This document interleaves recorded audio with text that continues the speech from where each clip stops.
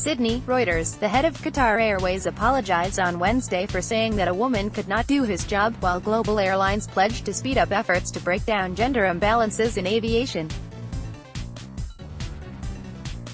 Qatar Airways chief executive Akbar al-Baker said his remarks at the closing of a global airlines gathering on Tuesday had been intended as a joke and taken out of context.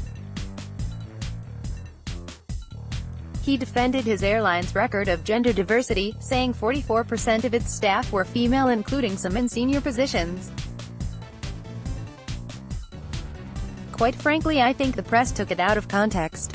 They blew it out of proportion. It was just a joke. I apologize for it," al-Baker told a Kappa Center for Aviation conference in Sydney.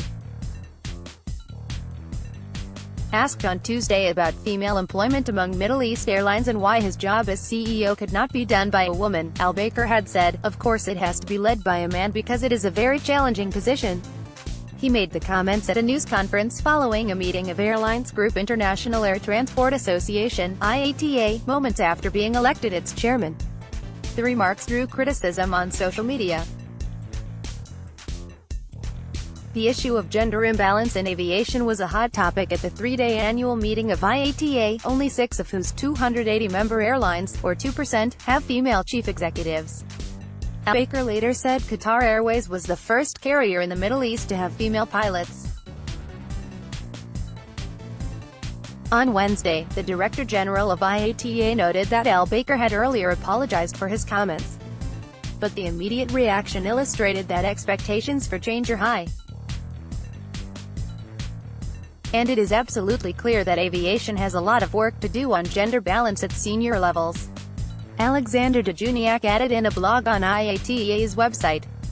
Slideshow, 2 images, long way to go. Al-Baker is one of the airline industry's most outspoken figures, known for provocative and often humorous criticism of rival airlines or suppliers, but he has also drawn criticism over the judgment of some of his declarations. In 2017, he apologized after calling U.S. flight attendants grandmothers during a trade row with U.S. airlines, prompting an airline union to accuse him of sexism and age discrimination. In 2014, Qatar Airways defended policies on pregnancy and marriage for cabin crew after coming under fire over working conditions in the conservative Gulf Emirate. Asked at Wednesday's Kappa conference whether he truly believed that only a man could do his job, al-Baker said, "No, I don't believe that. As a matter of fact, at Air Italy the majority shareholder has shortlisted women to be CEO, and as minority shareholder we are actively encouraging that." Sharing a podium, Willie Walsh, the head of British Airways owner ICAG-L, said the industry had a long way to go in promoting women, starting with IATA, a quasi-international organization with 2 women on its 31-person board. "This whole debate should encourage more," Walsh said. "If you look at the board, it is predominantly middle-aged white men from Europe. We have more diversity on the board now than we have had for a long time, and we have to strive to improve that situation." Al-Baker pledged to bring more women onto IATA's board, but said there had been few applicants. Board members must be a CEO. IATA says just 3% of airlines have a female leader. Delegates said seats are also divided up by region, meaning some national airlines may have to release influential board seats to favor a female candidate from their own region, but a woman in one region could not benefit from a vacancy in another. Bridging the gap at senior levels will not be simple, Dejuniak wrote.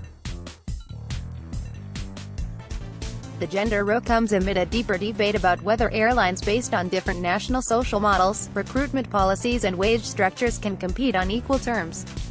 U.S. and some European airlines have accused Gulf carriers of unfair competition based on subsidies and social policies, but Walsh, whose group counts Qatar Airways as a shareholder, said he believed Gulf airlines competed on an equal footing. Reporting by Tim Heffer and Victoria Bryan, editing by Stephen Coates and Susan Fenton. Standards. The Thomson Reuters Trust Principles.